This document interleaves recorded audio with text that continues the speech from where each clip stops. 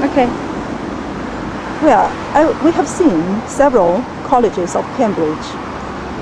Then I want to ask you a question. What is the different flavor of Cambridge University and Oxford University? Right? Oxford is the slightly older university than Cambridge.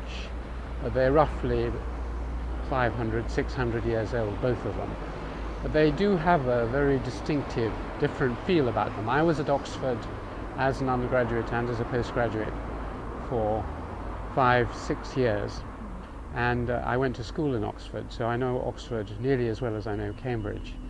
And I know that Oxford is more ritualistic, is more conservative, is more formal, is more political. Many English prime ministers like Margaret Thatcher and so on went to Oxford. Cambridge is more scientific, more liberal.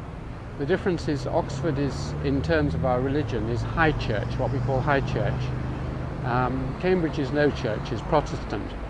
It's probably partly to do with the geography, because the area of Cambridgeshire where Cambridge is not very rich. The east of England is not a very rich part of England.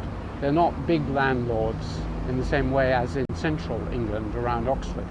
So England is split really between the north and west and the south and the east. The south and the east supported Oliver Cromwell. The north and the west supported the king in the Civil War.